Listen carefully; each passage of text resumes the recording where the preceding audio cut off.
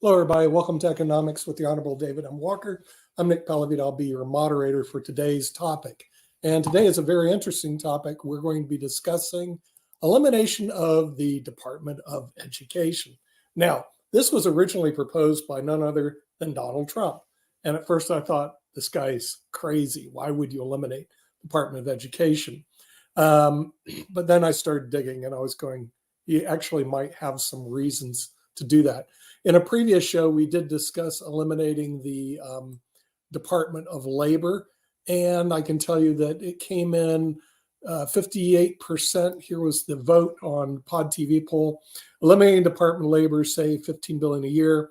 Pod TV LinkedIn poll, 52% said yes, 48% said no.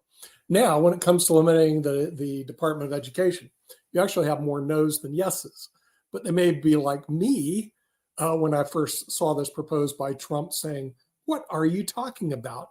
Everybody's for education, until you start digging into the Department of Education. Then here's what we found out. Number one, the Department of Education, they're on tune to bring us 900 billion more in debt in the next 10 years. Okay, that's a big problem. Problem number two, remember the Supreme Court case where they said the student loans can't be forgiven?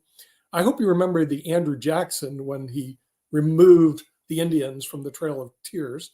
He told the Supreme Court, you made your decision, now enforce it. And the Supreme Court couldn't enforce it. Well, Joe Biden said, well, you made your decision to not allow me to eliminate loans. I'm going to eliminate them anyway. You made your decision, Supreme Court, now enforce it. And apparently they can't. So they're eliminating right now about 200 billion in loans. Problem number three I've seen, the budget. The budget of the Department of Labor never mentions, isn't even in there, science, technology, engineering, and math. Now, why don't they do it? Because if you read through the Department of Labor's budget, it's mainly a social cause budget. It shouldn't even be in education. It's like all these social things thrown in there. But interesting, Department of Education budget never even utters a word of science, technology, engineering, math. Another problem. K through 12 education in the United States, not even the top 25, according to the PISA scores. That's not good. We don't even make the top 25 in the world. And of course, medicine, law, engineering, pharmacy, and business are all ignored by the Department of Education. Further, what's ignored? Plumbing, electrician, construction, welding, automotive, computer tech, all ignored by the Department of Education. So after having that brilliant report card, they want $90 billion or a 13% increase for what I call a D grade. So somebody comes to you and they're failing miserably and they want an increase. Who do you go to? Washington, D.C. Who do we go to? As soon as I get my buzzer off, we go to the Honorable David M. Walker, the former Comptroller General of the United States, and then we'll go to our panel. So, David, I did my opening statement. I just go, first of all, I thought Trump was crazy. Then I went through their budget and I go, well, maybe he's not crazy. But what are your thoughts about the Department of Education? Well, it's good to be back with you, Nick. I can be with you for about 45 minutes this morning. As we talked about last week, when we talked about the Department of Labor, there's a need to step back and fundamentally reassess what needs to be done, who needs to do it, how best to get it done. The federal government has grown too big. It's promised too much. It's subsidized too many. It's lost control of the budget. It's assumed more responsibility for things that, quite frankly, could be better done at the state and local level, which is, frankly, what the founders envisioned. Last week, we talked about the Department of Labor. This week, it's the Department of Education. It's a little bit sad that we're talking about the possibility of eliminating the Department of Education when Rosalynn Carter just passed away yesterday. May she rest in peace. And when Jimmy Carter, who created the Department of Education as a spinoff from HEW, probably doesn't have a lot more time with us here on this earth. But the fact is the Department of Education, in my view, has largely been a failure. And one of the things that we need to do is that we need to recognize what are the functions and activities that should be performed and who is best to perform them. most education in this country is determined at the local level through school boards. Yes, there are departments of education in each of the states. And so the real question is, why do you need a federal Department of Education with the type of results that we've been getting, which are just totally unacceptable? Not top 25 in the world in K through 12 education. So I think what we need to do is we need to say, what do they do? And to the extent that it ought to be done, to what extent should it be done at the state or local level, or to what extent can it be done by another department or agency? For example, to me, education is a key part of competitiveness. And my view is that one of the things we ought to be thinking about is creating a department of competitiveness that would merge. I'm not talking about a new department. I'm talking about, for example, changing the Department of Commerce to focus much more broadly on competitiveness, which would include things like education. You properly point out that right now, we've got the largest asset on the balance sheet of the U.S. government is student loans, over $1 trillion in student loans. That program has got to be fundamentally re-engineered. And frankly, the federal government shouldn't be the one issuing the loans. The federal government should only be guaranteeing loans issued by the private sector in circumstances where those loans make sense, where people are getting degrees from institutions and or trade certificates, which is something we ought to be pushing much more, where we need from a macro standpoint in the country. And yes, we ought to think about providing some student loan forgiveness, but only in exchange for service. So the education department, I think, has not done us well. There are certain functions that need to be performed, but you don't need a whole separate department to be able to do that. And the federal government shouldn't be in some of the businesses that it's in right now, overall, as well as it relates to the Department of Education. So those are just a few preliminary thoughts. Okay, we'll go to our panel, and we have from the head of Wall Street Hackers, we're going to bring in Peter Bennett. Peter, I guess you have some opinions on the Department of Education also. This was proposed by Donald Trump. Like I said, I first thought, how could he be against education? Then when I read through the budget, the Department of Education has nothing to do with education right now. It has a lot to do with social causes, that has nothing to do with education. And they want an increase of 13% when they failed the students, when K through 12, where we keep going down, we're not even in the top 25. So what are your thoughts about the Department of Education? Well, I had several thoughts, but addressing first a few points that David brought up, we have unfathomable debt in the United States, and we need to cut debt. I mean, everybody's concerned about the 33 trillion, but what I'm concerned about is the possible 100 or 200 trillion that is off the books for Medicare and Social Security. And by the way, other countries in the world have the same situation. Other countries maybe even providing full health care for aging populations. This is such a structural imbalance that nobody really addresses year to year. So you have to cut where you can, and that won't even be enough. But you need to do everything you can to start dealing with this potential tidal wave that's coming. The other thing David brought up is the college situation. And I've been saying on my show, Wall Street Hackers, and so long, I've mentioned this, that, if the federal government wasn't giving all these college loans, the cost of college tuition would have grown much more gradually. It's grown much faster than inflation. It sucks all the life out of the middle class and even the upper middle class. And the reason it's so expensive is because the federal government gives the kids $100,000, $200,000, $300,000 that they wouldn't have had. And so the colleges get bloated. They have professors often who teach maybe 2 classes or 3 classes and do research. They build big buildings. They have a purpose. And then sometimes they get very, let's say, disoriented in terms of what they're teaching. But so now to what I was going to say. So number one, in general, it works better to have control by individuals, in my opinion, in a free society over state control. and state control being the states over the federal government. This is something that's been discussed since our Constitution was created, and battles with Adams and everything else. But the reason I'm especially in education like the idea of individual and state control is, one, if you have state control, you have 50 different experiments going on.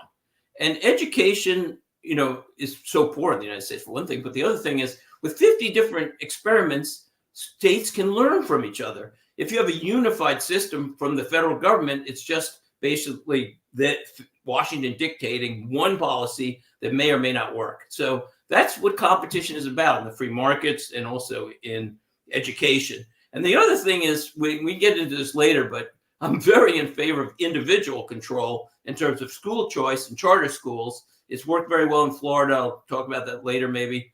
But if you're going to move it down to the individual choice level, especially, you don't need the federal government to tell the states, or even the states to tell the individuals. Let people choose where they want to send their kids, so there's competition. And this can actually help the public system.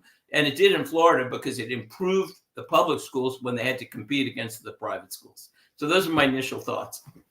Okay, we're going to bring in Kim Calhoun, one of the founders of the network, and see what she has to say about this particular issue, which deals with elimination of the Department of Education. I did go read through the budget. I had to read through it twice. It was proposed by Trump to eliminate the Department of Education. I thought, Trump's crazy. Then all you have to do is go read through the budget. It has nothing to do with education. They don't even mention science, technology, engineering, math. They don't mention the trades.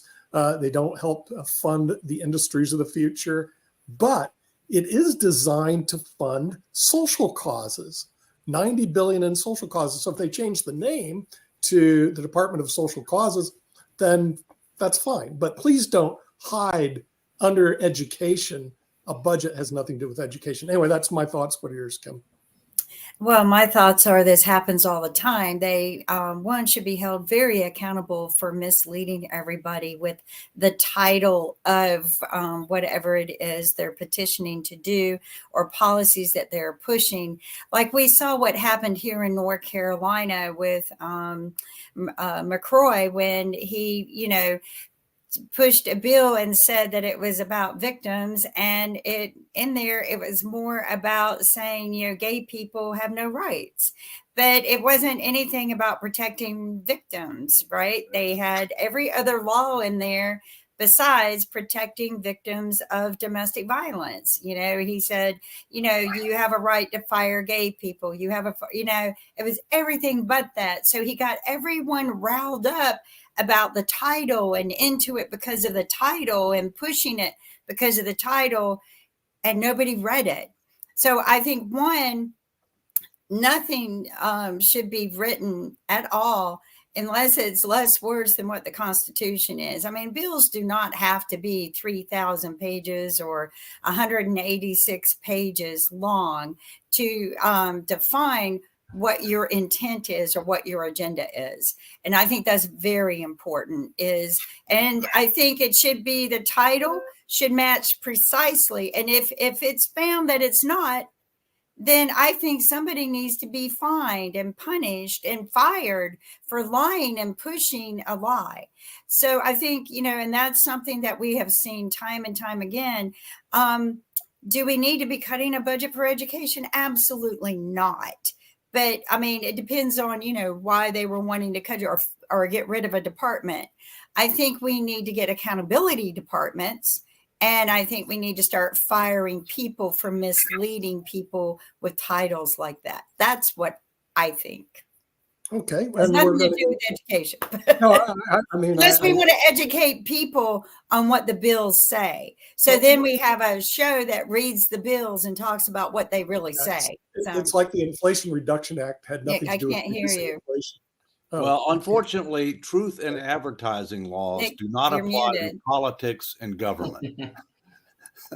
David, I can't hear David. I said, Okay. unfortunately, truth. Can y'all hear me? Yeah, we Yes. can hear you. You have some problems. I on your can't end. hear any of you. Okay, Yeah, but Kim, that's it's on your side. on your side. Yeah. You may want to come back in, Kim. Okay. We also have overseas, we have Shaquille Latmer. Now he doesn't have any. Hi, Shaq. Can anybody Yeah, hear me? We Yeah, can we can all hear hear you. you. Yes. Hear us. Got to fix your computer. All right. You don't have any dog in this hunt because you're in Australia. But what are your thoughts about Trump wanting to eliminate our Department of Education? And then I read through that. I don't know if you read through the budget. There was nothing to do I with can't hear you. very little education. You know. Well, well, I mean, given that all the countries I live in rank higher than the US, I'm not sure I'm in a good position to say what you should do over there. But look, I think this is a problem. I mean, we in Australia and elsewhere, we're seeing some of our education levels fall. It's got to be a concerning problem at some level for people in government that our competitors like China, Japan, Taiwan, all these countries rank really highly. For Australia, one of our biggest competitors as a financial hub for this region of the world is Singapore. They rank number one in all three of these areas. The German kids are reading and writing and speaking English at a higher proficiency than we are in Western countries where the majority of us grow up speaking English. I mean, this is a terrible situation. I think looking at the US, I think that you really do need to put more power in the hands of parents and families. I do like the idea that Milton Friedman had with school vouchers and things like that, where parents could actually use that money to educate their kids how they see fit. But I also think that perhaps you need to get away from just academic education. There are some kids that just aren't interested or just aren't good at it. And I used to think it was a good idea to just make them go through school because, they need to get an education. But I've changed my mind on that as I've gotten older. I think that it would be better to take those kids that perhaps have greater affinity to other subjects, more trades-based subjects, and let them focus their time on that. And those countries that have tried that have tended to do quite well. Sorry, Dave. No. Go ahead, Shaquille. Let me finish. I just want to go on after you. Go right ahead. Yeah.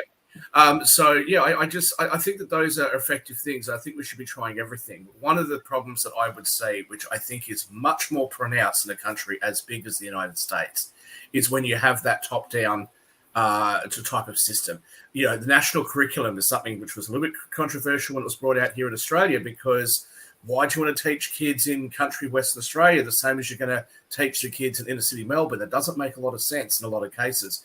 And I think that that's even more pronounced when you're talking about the United States. It has a population 14 times as big as ours, to have this sort of top-down national education objective. I don't think it makes a lot of sense. And just lastly, one of the things with education as well is kids will be made to do certain sports. And I know even here, I've got little girls that live next door to me, and one of them really likes gymnastics, but she's forced to do ballet, or maybe it's the other way around. She really likes ballet, but she's forced to do gymnastics. Why? And the gymnastics school is just across the road from her school. So can't she just opt out of that and then go to something that she's more interested in? But the school system doesn't allow for that to happen. And so kids end up being forced to do things that they don't want to do. And when I went to school, I was forced to do art. I suck at art. I can't even draw a stick figure properly.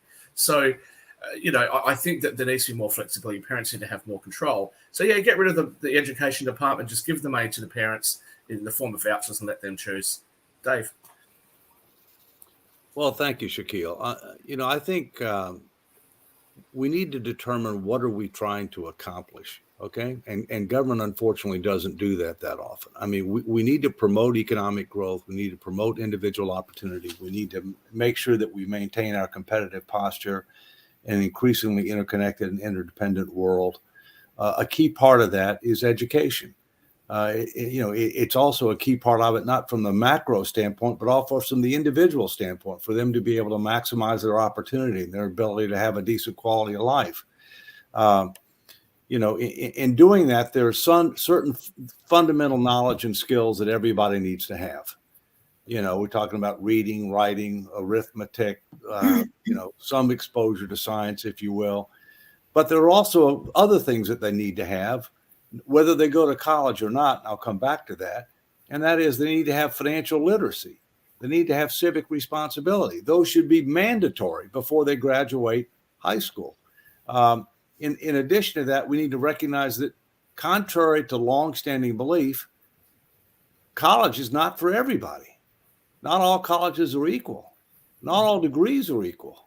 We need to try to learn from other countries as well. For example, Germany.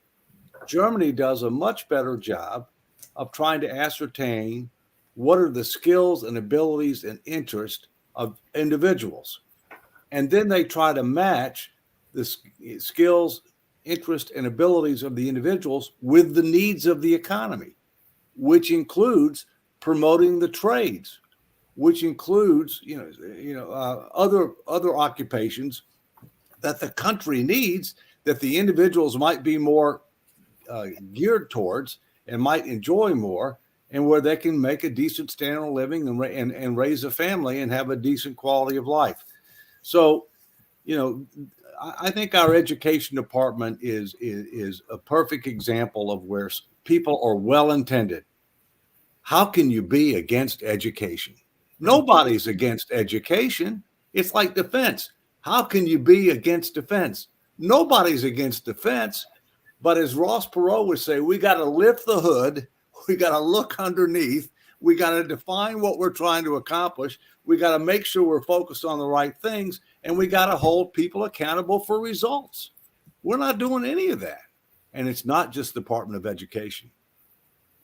So I want to. Well, I think it's because we're not educating people on what the policies are and what's truly on the title versus what's in the meat of what they're petitioning, which is what is happening here or happened here. But it happens all the time. And I think you're right. It's a lack of education of that information. And I think it needs to begin there as well. I think the adults need to know what's really going on behind the scenes. And I'm all for more school choice. Peter needs to come in now. I'm all for more school choice. I'm all for empowering parents. Exactly. But parents have to assume responsibility. Thank you. Yeah, We have parents that don't. Peter, please. Yeah, thank you. So I want to emphasize a little more and get into what happened in Florida, because Florida had one of the worst state scores, general scores in terms of test scores and also college admissions. They were really doing poorly. They, for years now, have been pushing charter schools. And as a matter of fact, recently in Florida, Governor DeSantis in Florida passed a law, which I thought was really interesting. They passed a law that said $10,000 can be used for each student for charter schools or tutoring. So that was, I think, very unique. And also, because that way, if you want to stay in a public school, you can get tutoring. But the other interesting things about this move towards charter schools is, one, Florida then became third best, I believe, in this country on test scores. College admissions went up, but the public schools improved a lot because competition drove them to reform themselves. They focused, I'm guessing, more on reading, writing, and education. That's just a guess. But whatever they did, they improved their quality because they knew they had to meet the competition. So competition, just like in free market capitalism, creates drive. And it created a lot of improvement in Florida. And I think that's a nice model for the country. And if you're going to do that, even less likely you need to spend a lot on the Department of Education. Competition is key. Sorry. No, competition is key, not just in education, but across the board. And results is what we need to focus on. Shaquille, please. I was just going to say, this is the problem with big government and these bloated budgets. If Peter Bennett employed me to teach his children and I gave him those sorts of results, the gall that I would have to ask Peter to pay me more the following year for those bad results, Peter's going to say, what, are you kidding me? And the really sad thing for the United States, you guys all know how much I love and adore your country, but based on the education results and the cost per pupil across the country, Americans would be better off sending their kids to be educated in Canada and give the Canadians the money. And Canada is a far less powerful and prestigious country, apparently. So, I mean, you really have to compare yourself against your peer group. And I think that falling behind this way is a great tragedy. And it shouldn't happen. I mean, the United States used to be the envy of the world in these areas. The United States used to be, the top 5 consistently across these subjects, and now it's not. And that doesn't bode well, because those kids are going to be in politics in 20 and 30 years. Those kids are going to be running the place. And, what are they going to teach their children? So it's a real, I think we've really let this generation down. We have to do something for them. But I think the question is, what has happened? Why are we where we are? And what needs to change in order to get us to where we need to be? And part of it obviously might be government policy, but part of it could be other things, including public sector unions. Well, I want to add Oh, yeah, something public- yeah, well, into this about the education system. We still don't put enough money into our education system. And I help and work with a woman who is a elementary school teacher in a impoverished area, right? They don't get anything. They really don't. The kids barely have enough food to eat. And so I still think we are not putting enough money just into the public school system. I'm a big fan of the charter schools, which are, not you don't have to pay to go to them. They're a little bit better infrastructure for parents to be involved in. And they're, free. And but more money goes into them. But I think we need to put more money into our school system, as well as, like David said, we need to teach financial literacy so that information grows with these children as they get older. Maybe it goes home with them. They can have these conversations at home with their parents. And all of this just, cycles into our society the way it should. I'll just say, though, well, first of all, yeah, I think that American schools should be teaching American children to be proud of America instead of finding all of her flaws. It's such a beautiful country, and why kids are growing up with such a dislike for their own country, to me, is a miseducation. But just on the point of there needs to be more funding here. Just to slightly change the subject, in the UK, what they found was they increased funding for healthcare, but they had less doctors and nurses because all the money went to administrative staff. I fear that this is the problem that you're finding in the education system in the United States, because, again, if you look at the cost per pupil spent by state and federal governments, and then you compare it to your peer group, you find the United States, in many cases, and in some states, actually spend much more money and get much worse results. And in Milton Friedman's Free to Choose, I remember that he did something on education. He actually talked about 2 different schools in 2 different places that actually had about the same expenditure, and yet they had vastly different results. So I don't think money in and of itself is the issue. I think there is a culture. I think the Teachers Union has a lot to answer for in the United States as well as over here in Australia. All these things I think need to be addressed, but just simply pumping money in isn't going to be the problem. It needs to be, where is that money going? Right. I have to agree with value for money, because if you look at the data, as Shaquille has talked about, we are way above average in cost per pupil, and we are significantly below average in results. So the answer is not just to do more of the same. The answer is to re-engineer the system. What should we do? How should we do it? Who should do it? And anybody who opposes competition is part of the problem, not part of the solution. I agree. By the way, the budget doesn't mention any of the things that you guys are discussing. Like I said, if you go through the budget, all it is social causes. It has nothing to do with competitiveness, nothing to do with industries of the future, nothing to do with science, technology, engineering, math. It's pure social causes. And then the thing is, it goes under the Department of Education. The social And that causes doesn't help. Well, it could be the Department of Social Causes. Then I think it would be a correct budget. But the social causes don't even make sense. They talk about putting more racial diversity into schools, but at the same time, you're telling us that black kids can't learn from white teachers. So which is it? Do you want there to be only black kids in black schools with black teachers, or do you want diversity? Make up your mind. So you've just spent all this money trying to tell us one thing. Now you're going to spend the money to do the opposite. And what ends up happening is that becomes the thing that gets focused on by the education departments and the students. All this goes through is social causes. Well, and I want to put in a point that I don't understand at all. We have a lottery system that's for the education. The lottery system is supposed to put the money that we put into the lottery. And of course, some people win, some people don't. But the rest of it's supposed to go into the education system. And it's billions of dollars since it started. Where is that going? Where's that money going? Because Kim, apparently that it's not varies. going to the education system. That varies by state. Okay. Right. For example, I lived in Georgia twice. Yes.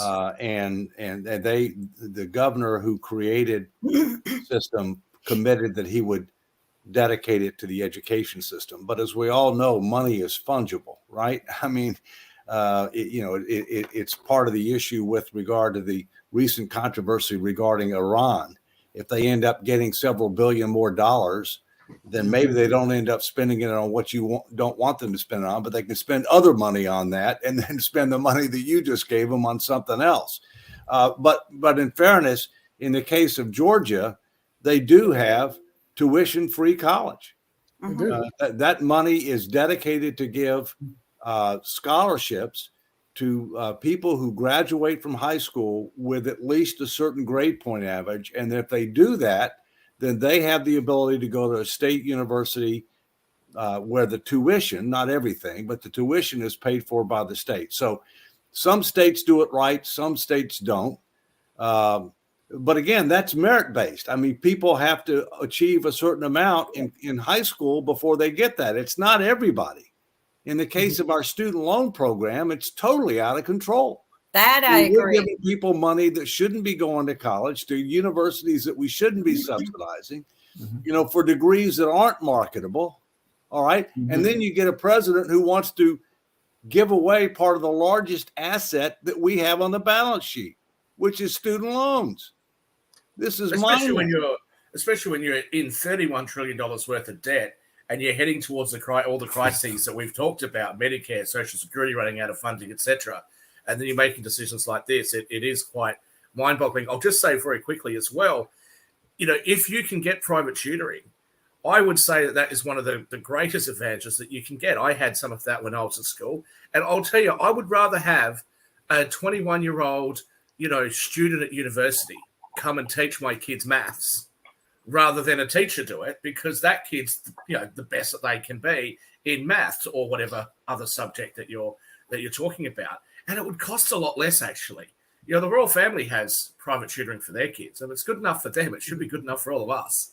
And frankly, for the teachers' unions that are worried about there being all these teachers out of work, not at all. If the teachers are really good, then and you're giving funding for tutoring, which means that there's a much lower student to teacher ratio, you would actually have a lot more educators. So there'd be competition all the way around, and it would be so much better as far as outcomes are concerned. It would also mean that kids can learn at their own pace. The things that they're already proficient in, you don't need to focus on as much. Where they're lacking, you can focus on that and bring them up to speed. You would just have so many better results. I don't know why there is any opposition to this in the United States or elsewhere. Part of it also deals with what David just briefly touched on. It's the public sector unions. Unfortunately, I had some experience with that, and so did my wife, with the public sector unions. They make it difficult unless you think the way they think to get a job in teaching. And the way they think is, pure, let's not teach anything hard, let's candy coat everything. And so it can be very frustrating to have to deal with the public school system. I tried, my wife tried, and it's like next to impossible. At first, I thought charter schools were bad because it takes away from the public schools. Then I realized the public school system sucks. You better have charter schools, because without charter schools, you have no competition. The public sector unions have a stranglehold. You can have a master's degree, a PhD, and you can't even teach there because you have to go through their indoctrination program to teach there. So the first thing you got to do, create the charter schools so that the public school unions lose their grip on purported education, which your kids aren't getting. My grandkids. We need to keep culture, or I think we need to start re-infrastructuring our public schools to work more like charter schools. The charter schools are free. Anyone can apply for them. My sister, who was, extremely impoverished there for a while, when she was raising her 3 children by herself and couldn't get any support from anywhere, she put her kids in the charter school because it was a little bit better attention for them, and it worked very well. And I loved it. I loved the fact that it was uniforms. The kids weren't into, I'm wearing this, it was very infrastructured on education. And And it just met a good social need in the area. And I think all of our schools can become that. I really do. But the amount of money we have in our society that it gets wasted, I think it can be pumped back into the education system and become better. And their education was good. Their education was Maybe we ought to talk for a minute about our own experiences. From my standpoint, I have 2 children, and my wife and I strongly preferred to put them in the public schools, which were much more diverse, if the public school was decent. right. And strongly preferred that. In certain circumstances, the public schools weren't decent, and therefore we had to put them in private school. But even when we put them in private school, we wanted a school that was diverse not only with regard to the population of students, but diverse with regard to academics, athletics, music, etc., where you get a well-rounded education, even if it meant that we had to send them all the way across town, which was the case in Atlanta, rather than to several of the, let's say, more homogeneous schools that were very close to where we lived. And so, again, I mean, there needs to be more competition. We need to link resources to results. And these are fundamental principles that are critically important for education, but frankly, apply across the board. I'd like to elaborate. We keep saying competition. I meant to break this out. So what's interesting is there should be competition in different areas. So it's not just quality, but also competition over topics. So maybe one school wants to teach, and the third thing is thought. So let's say a school wants to teach a liberal agenda. Okay, if you want to send your kids there, fine. Let's say you want to send your kids to a school that teaches America is great. Well, you could send your schools there. Same thing with topics. If you want to send your kids to a school that teaches reading, writing, and math more than focuses on some other topics, then you have the right. So this is why individual freedom should drive the results. And Kim is right. More money should be spent, but it should be driven towards encouraging the charter schools to compete with the with the public schools, so that the public schools become more like the charter schools. Exactly. I would just say, before going and spending more money, and David, you can perhaps comment on this, but I would suggest, and not just for your own country, it's something I'm suggesting here in my countries that I live in. I think that there should be an audit, actually, of all of the expenditure that goes on in all of these different programs that we're paying for collectively as taxpayers, to say, where exactly is our money going? We just had this come up with the Indigenous voice to Parliament over here, where very vocal Aboriginal and Torres Strait Islanders said, look, we're spending all this money, but none of it's getting to the people. So I think the taxpayer has a right to know how much of the dollar that is spent on education is actually going to the students' education versus being eaten up by all these other administrators. Exactly. And, they want to build a new flash building and all that sort of stuff. Good point. And they did do a study recently, Shaquille, and when the budgets increased for education, 75% was spent on administration, 25% on teachers. So there was a study that most people, when they say let's increase money for education, it did not go to teachers, and certainly did not go to improving the curriculum, improving the outcome of the United States versus the rest of the world, because the unions don't want to disclose what we're disclosing. Yeah. K through That's 12, exactly what Peter we're Bennett not is even in talking the about, top I think, what he says. 25 countries. I haven't looked to see if Australia beats the United States, Yes, but we we're do. beaten by. Yeah. So, do you guys beat Yeah, us? I'm sure they do. But let me, if I this can is jump in for a horrible. second. We were in the top 5. If We're you in the put- top 5 of everything. Now we're If you put not private even in the top. for-profit companies in there to compete with not-for-profit charter schools and charity-run schools and foundational-run schools, as well as public schools, you'll probably find that the privately run schools and some of the charity-run schools are going to shrink that administrative cost. That means more money directly into education. I think that's why a school voucher program across the Western world actually would be really, really effective in getting those better results. And we have to do something. Let me jump in for a second. I don't think we need more money in education. I think we waste a huge amount of money. Exactly. I don't think we need more money in defense. I think we waste a huge amount of money.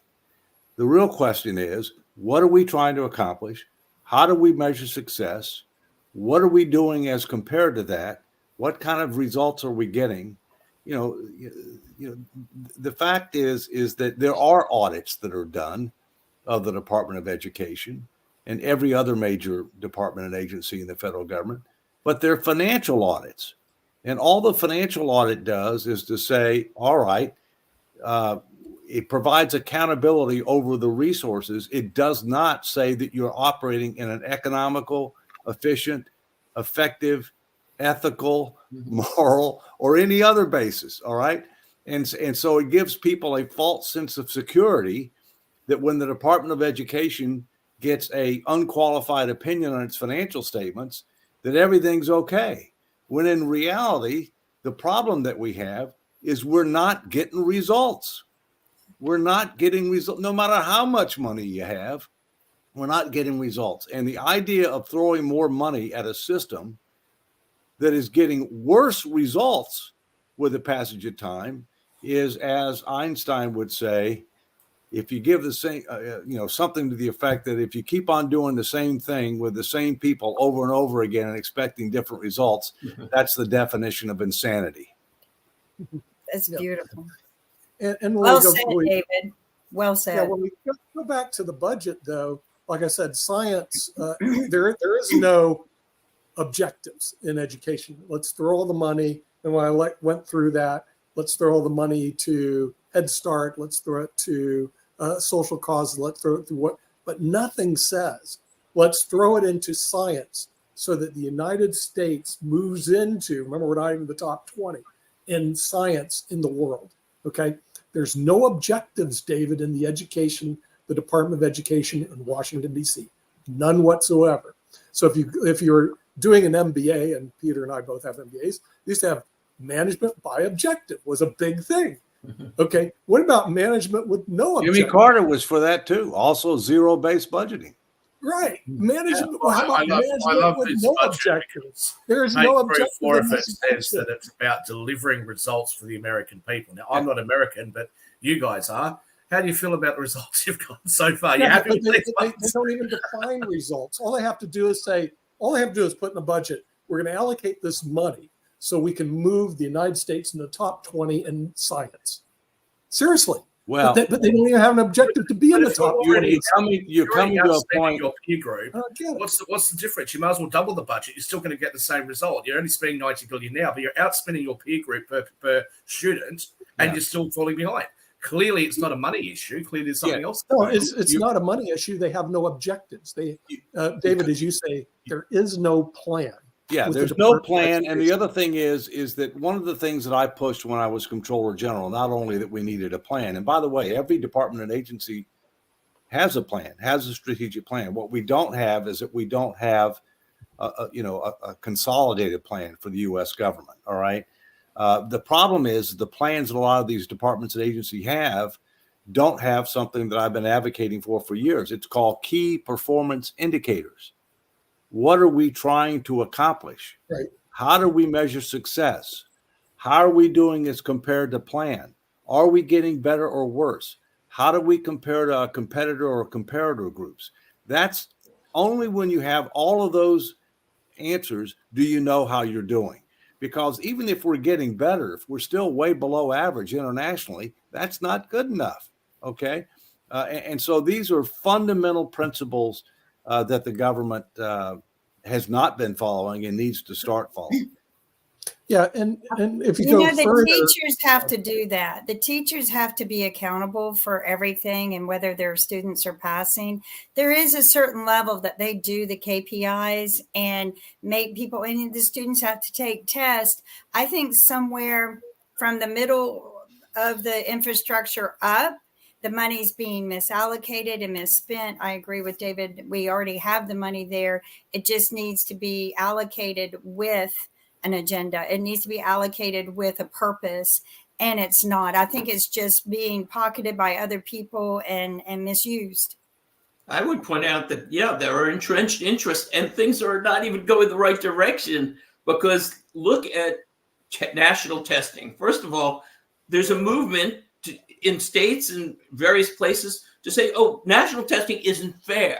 So they want to do away with testing. So, any school can give somebody an A if there's no standards, no equal measures. But the other thing is now the colleges are saying, oh, maybe you don't have to take the SATs, and it's like, okay, so if you're in a locality that just gives out A's, oh, you've got great, you might as well go to Harvard. It's going the wrong direction, and the federal government needs to step in at the college level, at the public school level, to create competition, and the whole thing needs to be revised. And so many other areas in the government do. You'll be pleased to know that one of our top universities in Australia, you Americans have exported some of your bad ideas, and they've now said we're no longer going to be admitting people based on merit. We're going to be admitting people based on diversity. What are you talking about? This makes no sense. And if standardized testing is such a bad idea, then why do you require people to sit for a driving test? Doesn't matter if you went through the red light. Doesn't matter if you can't change gears. No problems. Here's a driver's license, because none of that matters. In fact, we'll judge it on, can you do feminist dance? No problems. Off you go. Here's your license.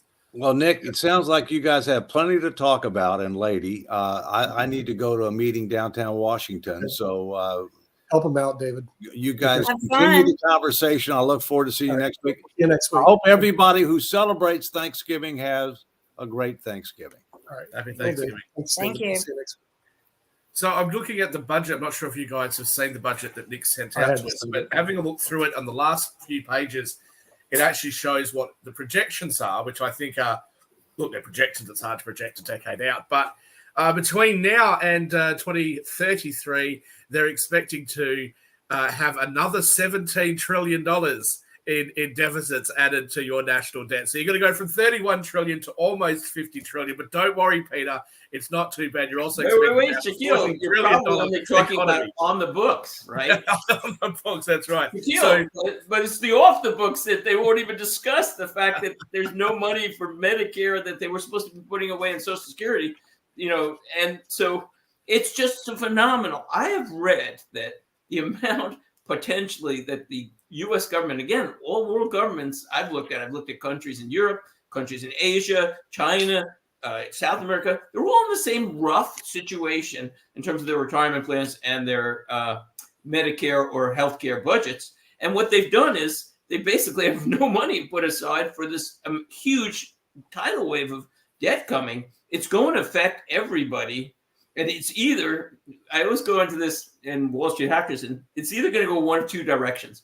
And this will be how it will affect people. For years, I couldn't even figure out, how are they going to deal with this? But one thing I figured out is the most likely scenario is we're going to be heading for zero interest debt or negative interest. So inflation, even if it's at 2 or 3 or 4, and probably it'll never get below 3 again in the United States, will be at 3 maybe, and negative interest rates are 0.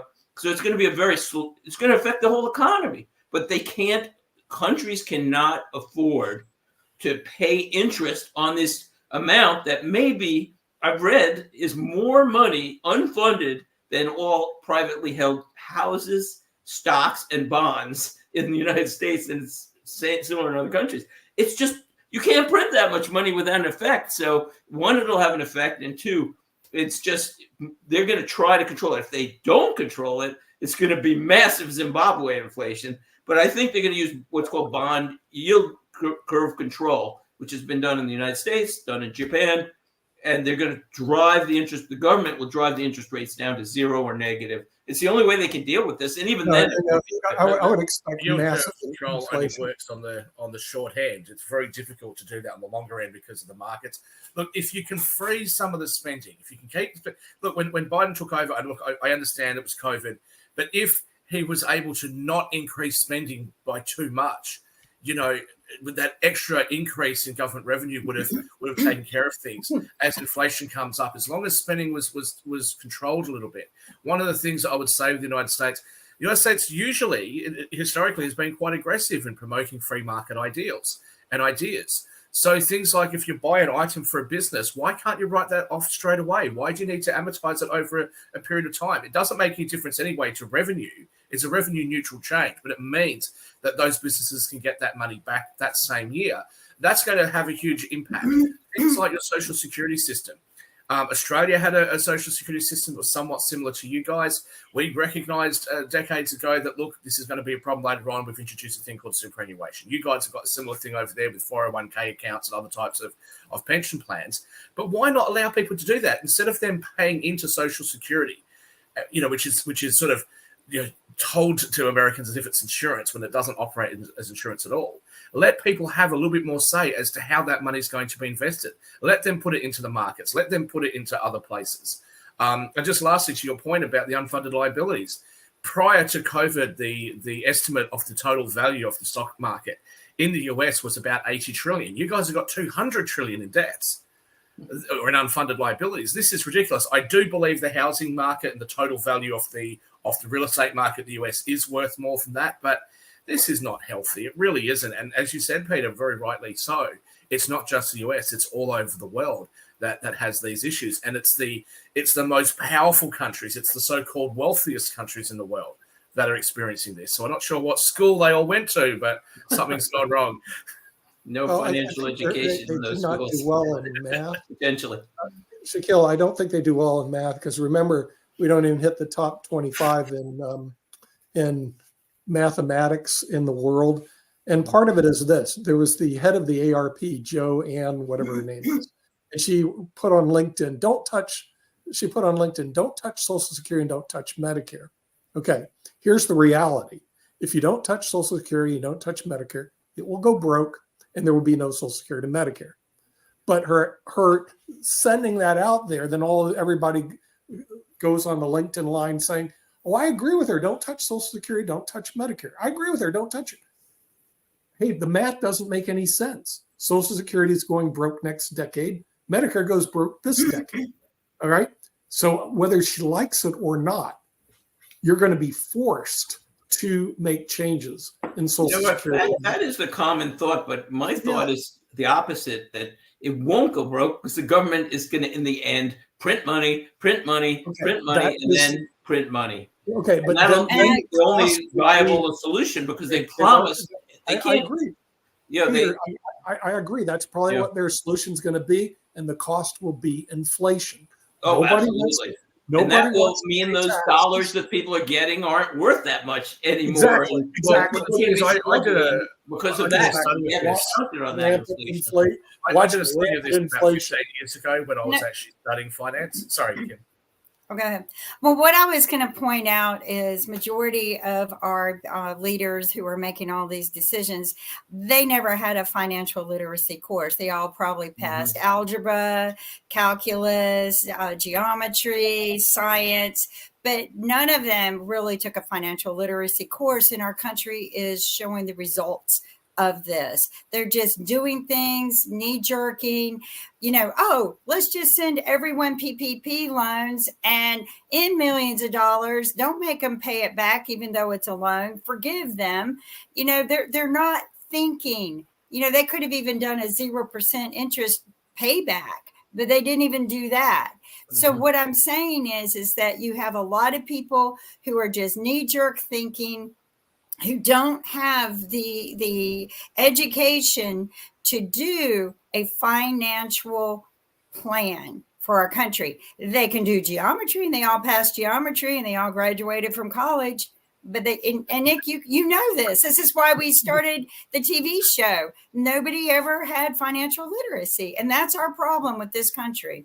So I did a study of this back when I was studying finance, 15, 20 years ago. My numbers are probably going to be a little bit off because it's coming from memory and it's, things would have changed a little bit. But I did a study of what was the actual return that a person who paid into Social Security actually received on their money. And it worked out by my calculation to be about 0.8%.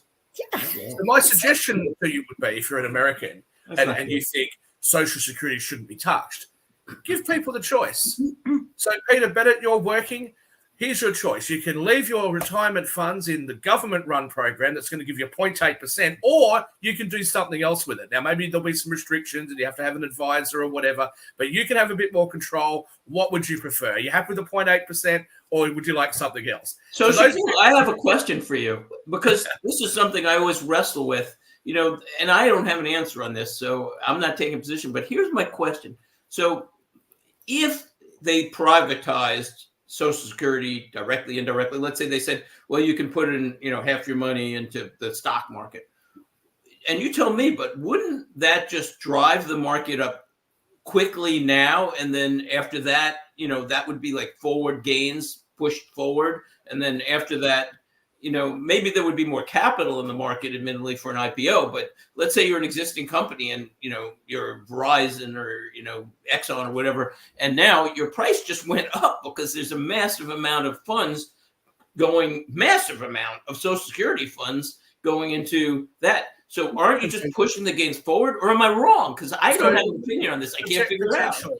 Potentially, yes. But it's worth noting that the rest of the world, I mean, most Australians have what we call superannuation. And most of that money is invested in the US stock market. So we're benefiting from your market. So why don't you guys? All right. But back to your main point, yes, that may well be true, but there's actually some benefits to that. Because not all of the money has to go directly into the stock market. You might want to invest in, real estate. Or you might want to invest in, interest rate-based products, which gives a lot more money to the banks or to shadow banks, other financial institutions that can make small business loans, etc. Now, normally there are some restrictions on the amount of risk that you're taking in these sort of retirement-based accounts. You may also find something that Nick does, insurance and pension plans and things like that. That might be something that fits as part of your portfolio. Or in your case, Peter, you have a much more diversified portfolio than I do because I'm a much more active trader. You might look at, okay, I want to put some money into gold. I want to put some money into all these different things. But the point being that I think you're better off letting people have the choice, come what may. Maybe it doesn't work out quite as well as you would have hoped, but I cannot imagine that it would be worse for the country than what you currently have. They can't do that, Shaquille, because here's the problem. All right. When the money goes into Social Security, they take the money from the Social Security Trust Fund to buy the U.S. debt. They use it to buy the U.S. debt. That's true. It's not there. So the money isn't there. So the reason they can't do what you're saying, what you're saying is totally true. They can take it, invest in asset allocation, do much better in the market. But the problem is the U.S. is so much in debt, and they have to issue more debt. Joe Biden's budget is asking for another $1.7 trillion in debt. So they're going to have to issue bonds. Nobody's going to buy these stupid bonds. You know who buys those bonds? The Social Security Trust Fund. Well, and the insurance companies and banks that have to buy them. But this is precisely the problem. The everyday hardworking American family, right, the middle class, because they're the ones paying into all this. Okay. They are actually what's happening is the money's being stolen from them. That's my view of it. The government and those people at the top are stealing that money. And then when you come up with things like let's increase the pension age or let's decrease benefits, that's a default. Again, if I was running a product, Peter's been paying into this product for a whole heap of time. Then I say, look, Peter, I've got this great deal for you. I'm going to pay you less and I'm going to pay you later. That would be a default. Peter would sue the hell out of me. But the government does, and it's like, we're just trying to stabilize the system. No, you're ripping off the life savings and the hard work off the middle class, and that is not a fair thing to do. And you know what? What they're going to do is print the money. Right. And you're right, it's going to hurt the middle class. And what will happen? Well, because when you print that money and you have high inflation, it exactly. You'll have high inflation and low growth. Yes. So what you get is the people at the top that already own all the assets, their asset prices go up, and everybody else is left scrambling to try and pay their grocery bills. But inflation is a quiet tax on everything. So this way, they don't have to increase your taxes.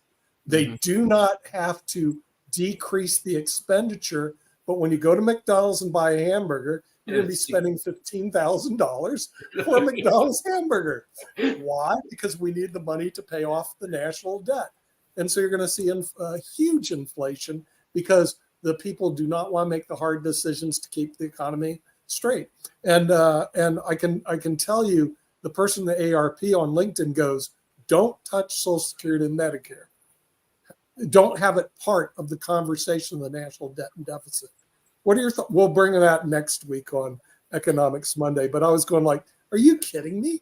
the thing is unsound. It's like it's going to blow up. It's like the SpaceX missile. I just saw that went up and blew up. Okay, that's what's going to happen with Social Security and Medicare. And she's saying that's what they should do. They should say to everybody who's Don't on talk Social about Security, it. look, we gave it to NASA, we flew it up into It space. won't happen if That's we where don't your talk money about is. it. Well, if you don't talk about it, then the thing is it'll go away, Peter. Yeah, So that's like an don't- ostrich. It's not like an ostrich, right? It's not Don't always talk- this good She strategy. literally said, don't talk about Social Security and Medicare as part of the national debt conversation. Don't even discuss it. Don't touch it. Okay. Yet at the same time, it's like saying, hey, this thing's going to explode, but let's not talk about it. But we'll talk about it at a future time on Economics Monday. We're past the hour and we'll see everybody next week. Bye-bye.